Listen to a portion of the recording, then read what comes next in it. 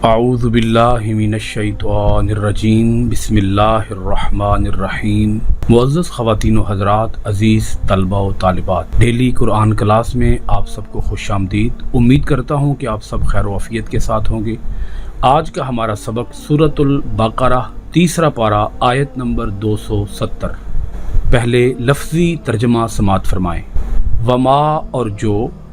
انفقتم، تم خرچ کرو، من سے، نفقاتن، کوئی خیرات، او یا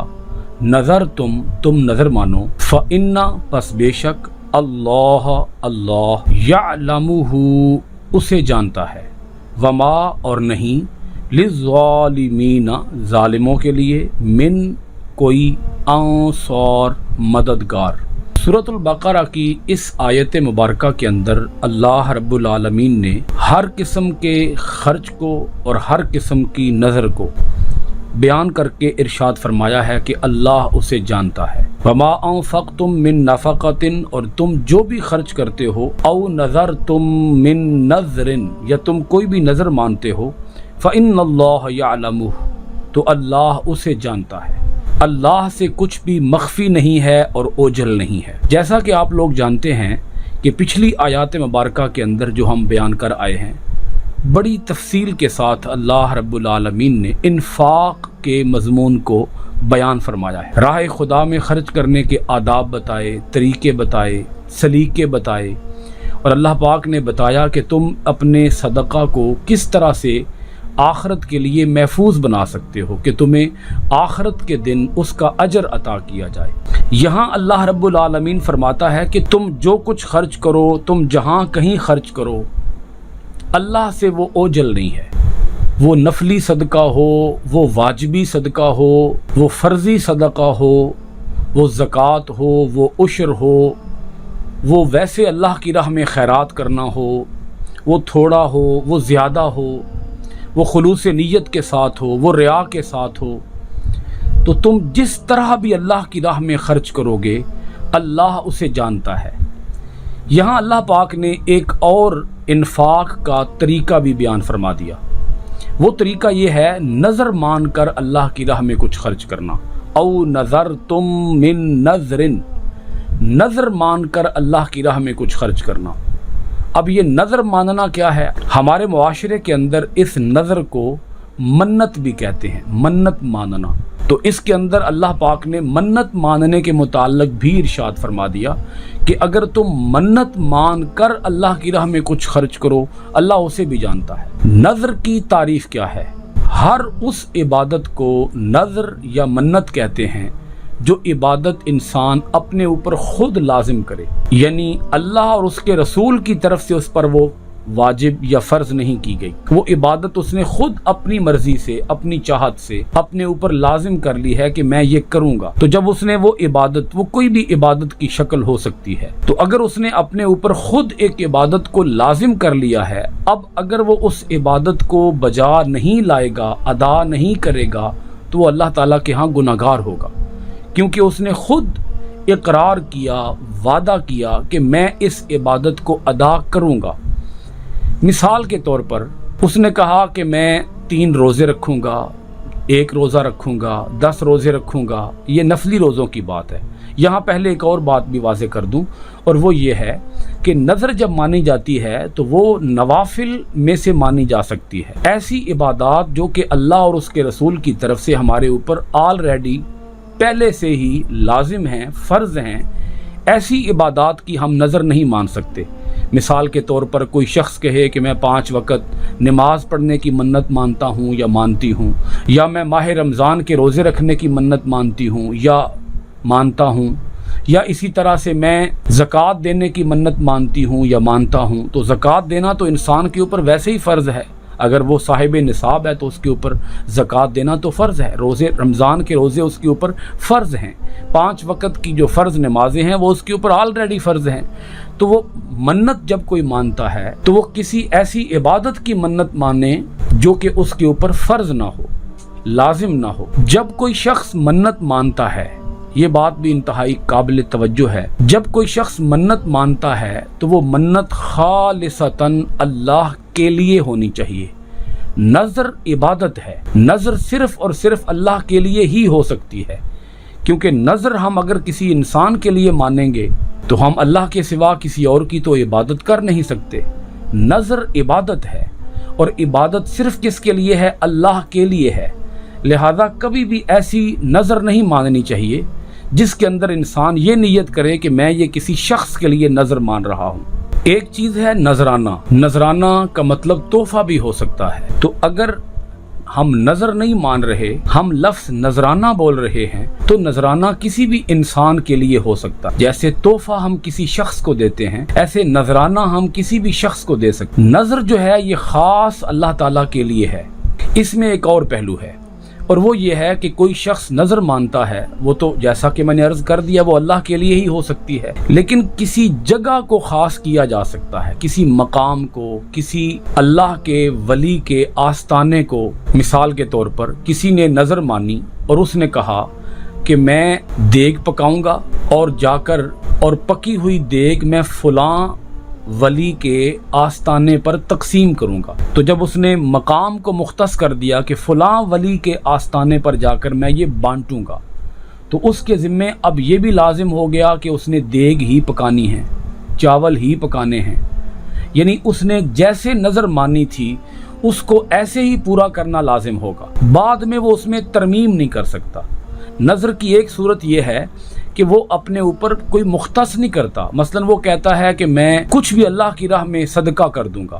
وہ 10 روپے بھی ہو سکتے ہیں، وہ 100 روپے بھی ہو سکتے ہیں، وہ گوشت بھی ہو سکتا ہے، وہ چاول بھی ہو سکتے ہیں، وہ بریانی بھی ہو سکتی ہے، وہ پلاؤ بھی ہو سکتا ہے۔ جب اس نے خاص نہیں کیا نظر کو تو وہ کچھ بھی کر سکتا ہے، لیکن جب اس نے خاص کر لیا کہ میں نظر کے اندر یہی کام کروں گا تو اس کو وہی کام کرنا پڑے گا۔ جب اس نے جگہ کو خاص کر لیا ہے تو اب اس جگہ کی پابندی بھی شرط ہوگی۔ اس نے جب کسی ولی کے آستانے کی بات کی ہے تو اب اس ولی کے آستانے پر جا کر ہی اس نے وہ بانٹنی، اور اگر اس نے مسجد کی بات کی ہے تو وہ مسجد کو ہی جا کر وہ پیسے دے گا۔ مثلا وہ کہتا ہے کہ میں مسجد کے اندر دریاں بچھا دوں گا، مسجد کے اندر پنکھے لگوا دوں گا، 3 پنکھے لگوا دوں گا، تو اب وہ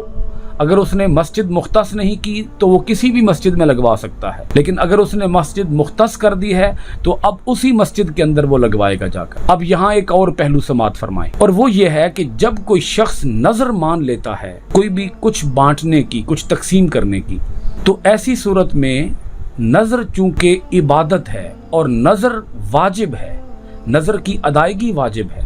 اگر وہ اسے ادا نہیں کرے گا تو وہ گناہگار ہوگا۔ اس نے خود اپنی چوائس سے اس عبادت کو اپنے اوپر لازم کیا ہے۔ تو نظر چونکہ واجب ہے، اسے ہم کہیں گے صدقہ واجبہ، یعنی یہ ایسا صدقہ ہے جو کہ اس کے اوپر ادا کرنا لازم ہے، واجب ہے۔ جب صدقہ واجب ہوتا ہے تو وہ حق ہے صرف غرباء اور فقراء اور مساکین کا، یعنی ایسے لوگ جو کہ مستحق زکوٰۃ ہوتے ہیں۔ نظر کا جو مصرف ہے، یعنی نظر کو خرچ کرنے کی جو جگہ ہے، وہ صرف غرباء اور فقراء ہوں گے۔ اس میں سے امراء نہیں کھا سکتے، یعنی کوئی ایسا شخص نہیں کھا سکتا۔ اگر مثال کے طور پر کوئی شخص چاول تقسیم کر رہا ہے، کوئی شخص روٹی تقسیم کر رہا ہے، تو اب وہ چاول یا روٹی اگر صدقہ واجبہ ہے، اس نے نظر مانی ہوئی تھی اور وہ نظر ادا کر رہا ہے، تو اس کو صرف اور صرف مستحقین لوگ ہی کھائیں گے۔ امیر شخص جس کے اوپر زکوٰۃ فرض ہے وہ ان چاولوں کو یا اس روٹی کو وہ نہیں کھا سکتا، اگر وہ کھائے گا تو وہ گناہگار ہوگا۔ ہاں ایک صورت یہ بنتی ہے کہ نفلی صدقہ ہے، یعنی اس نے نظر مانے بغیر، منت مانے بغیر وہ چاول جا کے تقسیم کر رہا ہے، روٹی جا کے بانٹ رہا ہے۔ اب یہاں اگر کوئی امیر آدمی ہے، صاحب مال ہے، صاحب نصاب ہے، اس کے اوپر زکوٰۃ فرض ہے، تو وہ بھی جا کے کھا سکتا ہے۔ شریعت اس کے اوپر کوئی قدغن نہیں لگائے گی، کوئی حرج نہیں ہوگا، کیونکہ یہ جو صدقہ ہے یہ نفلی صدقہ ہے۔ اگر واجبہ صدقہ ادا کر رہا ہو کوئی شخص تو وہ صرف اور صرف غرباء، فقراء اور مساکین ہی کھا سکتے ہیں، امراء نہیں کھا سکتے، امیر لوگ نہیں کھا سکتے۔ نظر کے حوالے سے ہی ایک اور اہم پہلو آپ کی خدمت میں رکھوں گا، اور وہ یہ ہے کہ اگر کوئی شخص کسی غیر شرعی کام کی منت مان لے، مثال کے طور پر میں شراب پیوں گا، مثال کے طور پر میں جھوٹ بولوں گا، مثال کے طور پر میں یہ عیاشی کروں گا، میں اپنے گھر کے اندر عورتوں کا ناچ گانا کراؤں گا،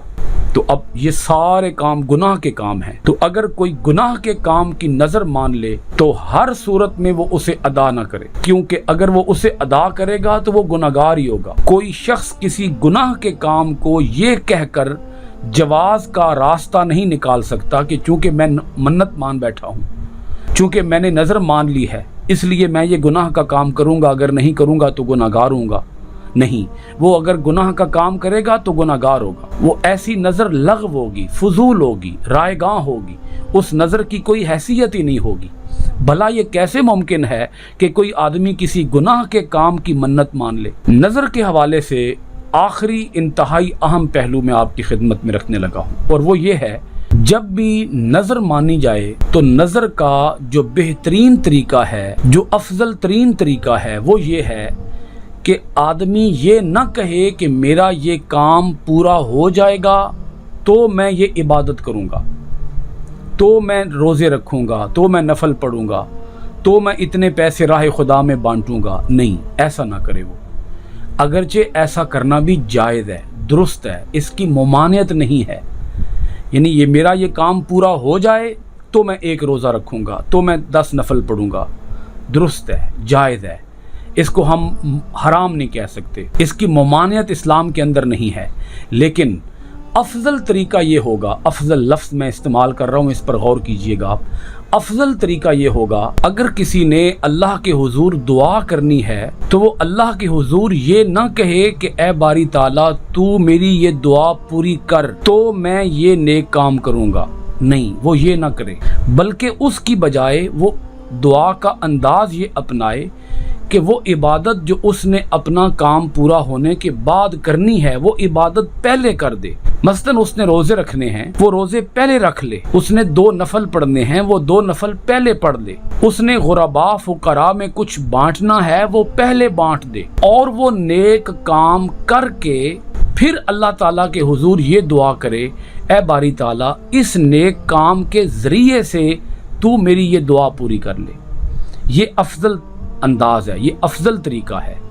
منع وہ بھی نہیں ہے، حرام وہ بھی نہیں ہے، وہ بھی جائز ہے، درست ہے، لیکن وہ خلاف اولا ہے، وہ افضل نہیں ہے۔ عام طور پر ہمارے معاشرے کے اندر منت ماننے کا یہی رجحان پایا جاتا ہے کہ یا باری تعالیٰ اگر تو میری یہ دعا پوری کر دے گا، اگر تو میرا یہ کام کر دے گا تو میں یہ عبادت کروں گا۔ وہ یہ کہہ رہا ہے کہ باری تعالیٰ تو پہلے میرا یہ کام کر پھر میں تیری عبادت کروں گا۔ یہ انداز خلاف اولا ہوگا، افضل انداز کے خلاف ہوگا، لہذا اسے دعا یہ کرنی چاہیے کہ اے باری تعالیٰ نیک کام میں نے پہلے کر دیا ہے، تو اس کے ذریعے سے، اس کے صدقے سے، اس کی برکت سے میری یہ دعا پوری کر لے۔ حدیث پاک کے اندر بھی اس کا ثبوت موجود ہے، وہ 3 لوگ جو ایک غار کے اندر پھنس گئے تھے تو ان تینوں نے پھر اللہ تعالیٰ کے حضور اپنے اپنے نیک کام کی فریاد پیش کی تھی کہ یا باری تعالیٰ ہم نے ماضی کے اندر یہ نیک کام کیا، یہ پتھر ہٹا دے اور اس غار کو کھول دے۔ تو وہ پتھر ہٹ گیا اور وہ غار کھل گئی اور وہ غار سے باہر آ گئے۔ اس سلسلے میں اکثر ایک روایت پیش کی جاتی ہے جناب حضرت مولا علی رضی اللہ تعالی عنہ کے حوالے سے۔ میں واضح کر دوں کہ حضرت فاطمہ اور حضرت علی المرتضیٰ کرم اللہ وجہہ الکریم کے بارے میں یہ روایت ہے کہ انہوں نے 3 روزے رکھنے کی منت مانی۔ حضرات حسنین کریمین، حضرت امام حسن اور حضرت امام حسین رضی اللہ تعالی عنہما، یہ دونوں بیمار ہو گئے تھے، اور حضرت فاطمہ اور حضرت علی رضی اللہ تعالی عنہما، ان دونوں نے یہ منت مانی تھی کہ اگر یہ صحت یاب ہو گئے تو ہم 3 روزے رکھیں گے۔ بعد میں انہوں نے 3 روزے رکھے، تو جب انہوں نے پہلا روزہ رکھا تو افطاری کے وقت مسکین آ گیا، تو انہوں نے افطاری کا سامان اٹھا کے سارا مسکین کو دے دیا۔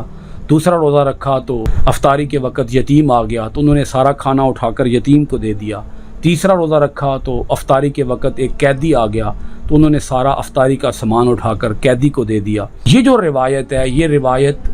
موضوع ہے، من گھڑت ہے۔ حضرت فاطمہ رضی اللہ تعالی عنہ، حضرت علی المرتضیٰ رضی اللہ تعالی عنہ، ان دونوں کی بڑی شان ہے اور صحیح احادیث موجود ہیں ان دونوں کی شان کو بیان کرنے کے لیے، لہذا ہمیں کسی من گھڑت اور کسی موضوع حدیث کو، روایت کو بنیاد بنا کر ان کی شان بیان کرنے کی بجائے ان کی شان بیان کرنے کے لیے صحیح احادیث کا سہارا لینا چاہیے۔ یہ روایت جو بیان کی جاتی ہے یہ من گھڑت ہے، یہ موضوع ہے۔ اس کا ثبوت ہمیں کسی بھی مستند کتاب سے نہیں ملتا۔ آپ سمجھ چکے ہوں گے اس بات کو اچھی طرح سے کہ منت ماننا جائز ہے، منت مانی جا سکتی ہے، لیکن اس کی جو بہترین صورت ہے وہ میں نے آپ کو بتا دی ہے، افضل طریقہ آپ کو بتا دیا ہے۔ آیت کے آخر میں اللہ پاک ارشاد فرماتا ہے وَمَا لِلظَّالِمِينَ مِنْ أَنصَارٍ، ظالموں کا کوئی مددگار نہیں ہے۔ آیت کے اس آخری حصے کا مطلب یہ ہے کہ تم جو بھی خرچ کرو اور تم جو بھی منت مانو اللہ اسے جانتا ہے، اور اگر تم کوئی برا عمل کرو گے تو ظالم قرار پاؤ گے، اگر تم کسی غلط راستے میں پیسے خرچ کرو گے اللہ اسے جانتا ہے، اچھے راستے میں پیسے خرچ کرو گے اللہ اسے بھی جانتا ہے، اچھی نظر مانو گے اللہ اسے بھی جانتا ہے، کوئی بری نظر مانو گے اللہ اسے بھی جانتا ہے، اور اگر تم اچھی نظر مانو گے تو اللہ تمہیں ثواب عطا فرمائے گا، بری نظر مانو گے تو تم ظالم قرار پاؤ گے، لہذا ظالموں کا کوئی مددگار نہیں ہے۔ سورۃ البقرہ کی آیت نمبر 271 کے اندر اللہ پاک ارشاد فرماتا اگر تبدو ظاہر کرو الصدقاتی خیرات فنعما تو اچھی بات ہے، وَإِن اور اگر تخفوها تم اسے چھپاؤ، وَتُؤْتُوهَا اور وہ پہنچاؤ الفقراء تنگ دست لوگوں کو، فَهُوَ تو وہ خیر بہتر ہے لکم تمہارے لیے، وَيُكَفِّرْ اور وہ دور کر دے گا عنکم تم سے من کچھ سیئاتکم تمہارے گناہ، واللہ اور اللہ بما تعملون تم جو کچھ کرتے ہو خبیر خبر رکھنے والا ہے۔ سورۃ البقرہ کی اس آیت مبارکہ کے اندر اللہ رب العالمین نے اعلانیہ اور پوشیدہ صدقات بیان کرنے کے بارے میں ارشاد فرمایا ان تبدوا الصدقات فنعما ہی، اگر ظاہر کرو اپنی خیرات تو یہ بہت اچھی بات ہے۔ اب پہلے اس جملے کو آپ سمجھ لیجئے، اگر کوئی شخص زکوٰۃ ادا کر رہا ہو تو اسے اعلانیہ دینا افضل ہے۔ کیوں؟ تاکہ عامت الناس کو، پبلک کو، معاشرے کو پتہ چل جائے کہ یہ شخص جو ہے یہ زکوٰۃ ادا کرتا ہے، اس سے اور لوگوں کو بھی ترغیب ملے گی۔ جیسے فرض نماز ہے، فرض نماز چونکہ باجماعت ادا کی جاتی ہے تو ضروری یہ ہے کہ فرض نماز کو جماعت کے ساتھ ادا کیا جائے۔ اب کوئی شخص جب جماعت کے ساتھ نماز ادا کر رہا ہوگا تو تمام نمازیوں کو پتہ چلے گا کہ یہ نماز ادا کر رہا ہے، لیکن جب نوافل کی بات آئے گی تو ہمارا دین یہ کہے گا کہ نوافل گھر کے اندر چھپ کے ادا کرو، عام لوگوں کو تمہارے نفل ادا کرنے کی خبر نہ ہو، نفلوں کو چھپا کر ادا کرو، فرض نماز باجماعت مسجد کے اندر ادا کرو۔ اسی طرح سے جب کوئی شخص فرض زکوٰۃ ادا کر رہا ہو، زکوٰۃ فرض ہے، جب کوئی زکوٰۃ ادا کر رہا ہو تو ضروری یہ ہوگا کہ وہ اعلانیہ زکوٰۃ ادا کرے تاکہ لوگوں کو پتہ چلے کہ یہ جو شخص ہے یہ زکوٰۃ کا پابند ہے، کیونکہ یہ فرض معاملہ ہے تو اس کو افضل یہ ہوگا کہ وہ زکوٰۃ کو علل اعلان ادا کرے۔ آگے اللہ پاک دوسرا جملہ ارشاد فرماتا ہے وَإِن تُخْفُوهَا وَتُؤْتُوهَا الْفُقَرَاءَ فَهُوَ خَيْرٌ لَكُمْ اور اگر تم پوشیدہ رکھو صدقوں کو اور انہیں پہنچاؤ فقیروں کو تو یہ تمہارے لیے بہت بہتر ہے۔ ایسا صدقہ، اب اس جملے کے اندر جس صدقہ کی بات کی جا رہی ہے وہ ہے نفلی صدقہ و خیرات۔ نفلی صدقہ و خیرات کو پوشیدہ رکھنا چاہیے، مخفی رکھنا چاہیے، اس کی تشہیر نہیں کرنی چاہیے، کیونکہ اس کے اندر پھر ریا کا پہلو نکل آئے گا، دکھلاوے کا پہلو نکل آئے گا۔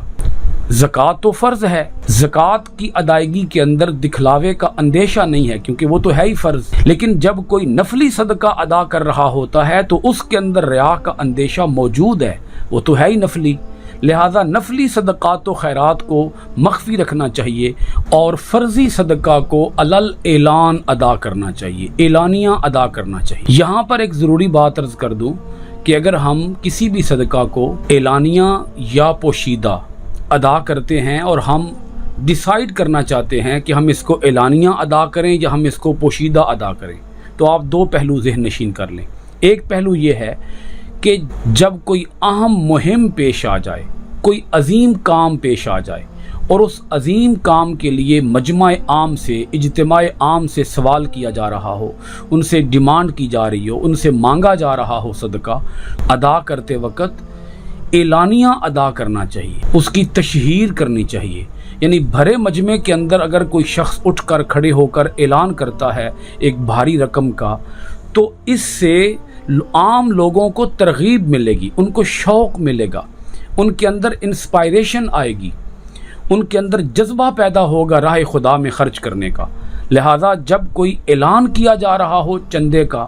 تو اس وقت بڑھ چڑھ کر حصہ لینا چاہیے اس چندے کی ادائیگی کے اندر، اور زیادہ سے زیادہ دینا چاہیے، اور اس کی تشہیر ہونی چاہیے کہ فلاں صاحب نے اتنا صدقہ دیا، تاکہ عام لوگوں کو پتہ چلے اور ان کے اندر بھی اللہ کی راہ میں خرچ کرنے کا جذبہ بیدار ہو۔ مثلا کوئی مسجد تعمیر کی جا رہی ہے، کوئی مدرسہ تعمیر کیا جا رہا ہے، کوئی واٹر کولر لگایا جا رہا ہے، کوئی صاف پانی کی سپلائی کے لیے کسی پلانٹ کا انتظام کیا جا رہا ہے، تو ایسے مواقع پر صدقہ کھلم کھلا دینا چاہیے، علل اعلان دینا چاہیے، واضح کر کے دینا چاہیے، تاکہ عام لوگوں کے اندر یہ جذبہ پیدا ہو راہ خدا کے اندر خرچ کرنے کا۔ اب دوسرا اس کا پہلو جانیے گا، جب ہم کسی غریب فقیر آدمی کو دینے کے لیے جائیں تو اس غریب فقیر آدمی کو دیتے وقت ہمیں کیا کرنا چاہیے؟ اس کی تشہیر کرنی چاہیے یا اس کو پوشیدہ رکھنا چاہیے؟ تو آپ اس کا بآسانی ڈیسیجن یوں لے سکتے ہیں کہ اگر اس کی عزت نفس مجروح ہونے کا اندیشہ ہو، اس غریب فقیر آدمی کی عزت نفس مجروح ہونے کا اندیشہ ہو، تو اس صورت میں ہم اس صدقہ کو چھپا کے دیں تاکہ اس کی عزت نفس محفوظ رہے۔ لیکن اگر کسی انسان کی عزت نفس مجروح ہونے کا کوئی خطرہ نہ ہو، مثلا وہ کوئی آرگنائزیشن ہے اور وہ لوگوں سے صدقات و زکوٰۃ اکٹھی کر رہی ہے اور وہ آگے غرباء اور فقراء تک پہنچا رہی ہے، اب چونکہ وہ آرگنائزیشن بیچ میں آ گئی ہے، تو اب اگر اس آرگنائزیشن کو دیتے وقت آپ اس کی تشہیر بھی کر دیں اور علل اعلان اور عوام الناس کے سامنے بھی اگر آپ زکوٰۃ ادا کر دیں تو درست ہوگا، بجا ہوگا۔ لیکن جب آپ کسی غریب کو براہ راست خود پیسے دے رہے ہوں اور اس غریب آدمی کی عزت نفس کے مجروح ہونے کا اندیشہ ہو، تو اس وقت ہمیں زکوٰۃ کی ادائیگی کو پوشیدہ رکھنا چاہیے، مخفی رکھنا چاہیے۔ اللہ پاک آگے ارشاد فرماتا ہے وَيُكَفِّرُ عَنْكُم مِّن سَيِّئَاتِكُمْ، اور صدقہ کی برکت سے مٹا دے گا تم سے تمہارے بعض گناہ، تمہارے گناہوں کو اللہ تعالیٰ مٹا دے گا، تمہارے کچھ گناہ اللہ تعالیٰ ختم کر دے گا، ان گناہوں کو نیکیوں میں تبدیل فرما دے گا۔ صدقہ و خیرات دینے کا یہ بھی ایک بہت بڑا فائدہ ہے کہ انسان کی غلطیاں، انسان کے گناہ، انسان کی خطائیں معاف ہو جاتی ہیں۔ یہاں اسی فائدے کا ذکر کیا جا رہا ہے۔ مثال کے طور پر اگر کوئی شخص روزہ توڑ بیٹھتا ہے جان بوجھ کر، تو 60 مسکینوں کو کھانا کھلانے کا حکم دیا گیا، یا 60 روزے رکھنے کا یا 60 مسکینوں کو کھانا کھلانے کا۔ تو اگر کوئی آدمی روزہ توڑ بیٹھے اور وہ 60 مسکینوں کو کھانا کھلا رہا ہے، تو اس عمل سے 60 مسکینوں کو کھانا کھلانے کی وجہ سے اللہ تعالیٰ اس کے روزہ توڑنے کے عمل کو اللہ تعالیٰ معاف فرما دے گا، اس کا یہ گناہ بخش دیا جائے گا۔ ایسے کئی ایک اور اعمال ہیں جن کے اندر ہمیں اللہ کی راہ میں بانٹنے کا یا خرچ کرنے کا یا غرباء اور فقراء کو کھانا کھلانے کا حکم دیا گیا۔ تو اس سے پتہ چلا کہ انفاق سے، صدقہ و خیرات کرنے سے انسان کے گناہ بھی معاف ہو جاتے ہیں۔ آیت کے آخری جملے کے اندر اللہ پاک ارشاد فرماتا ہے وَاللَّهُ بِمَا تَعْمَلُونَ خَبِيرٌ، اور تم جو کچھ کرتے ہو اللہ اس کی خبر رکھتا ہے۔ یہاں اس کا بڑا خاص پس منظر ہے اس جملے کا کہ تم اعلانیہ خرچ کرو اللہ کی راہ میں یا تم مخفی خرچ کرو، دکھا کر خرچ کرو یا چھپا کر خرچ کرو، تم بھلا جیسے بھی خرچ کرو، اللہ کی نظروں سے وہ اوجھل نہیں ہے، اللہ اسے دیکھ رہا ہے۔ تم تھوڑا دو، تم زیادہ دو، تم جس طرح سے بھی راہ خدا میں دو گے، اللہ کی نظروں سے وہ اوجھل نہیں ہو سکتا، مخفی نہیں ہو سکتا، اللہ اسے دیکھ رہا ہے۔ چھپا کر دو گے اللہ اسے تب بھی جانتا ہے، دکھا کر دو گے اللہ اسے تب بھی جانتا ہے۔ یہ معاملہ اللہ کے حوالے سے نہیں ہے کہ تم اگر دکھا کر دو گے تو اللہ کو تب پتہ چلے گا، نہیں، یہ معاملہ ہے تمہارا آپس کا، تمہارے دل کا، تمہاری نیت کا۔ حدیث پاک ہے انما الاعمال بالنیات، عملوں کا دار و مدار نیتوں پر ہے۔ اللہ تعالیٰ تمہاری نیتوں کو دیکھتا ہے۔ اگر تم دیتے وقت، اگر صدقات و خیرات دیتے وقت تمہارے اندر ریا کا پہلو پیدا ہونے کا اندیشہ ہے تو پھر چھپا کر دینا افضل ہوگا، اور اگر ریا کا پہلو پیدا ہونے کا کوئی امکان نہیں ہے تو پھر دکھا کر دینا افضل ہوگا۔ تو یہ تمہارے دل کے ارادوں پر ڈیپینڈ کرتا ہے کہ تمہارے دل کے ارادے کیا ہیں، خیالات کیا ہیں، احساسات کیا ہیں، جذبات کیا ہیں، تمہارے ذاتی تاثرات کیا ہیں۔ اللہ تعالی ہمیں اپنے کلام کے اندر گہرا غور و خوض کرنے اور اپنے کلام کے احکام کے اوپر صحیح طور پر عمل پیرا ہونے اور قرآن کے پیغام کو پوری دنیا کے اندر عام کرنے کی توفیقات عطا فرمائے۔ اللہ کریم ہمیں قرآن کا نور عطا فرمائے۔ آپ سب حضرات کا بہت شکریہ۔ آج کی ڈیلی قرآن کلاس ختم ہوتی ہے سورۃ البقرہ کی آیت نمبر 271 کے ساتھ۔ انشاءاللہ العزیز آئندہ ڈیلی قرآن کلاس میں ہم آپ کے پاس حاضر ہوں گے سورۃ البقرہ کی آیت نمبر 272 کے ساتھ۔ السلام علیکم ورحمۃ اللہ وبرکاتہ، وفی امان اللہ۔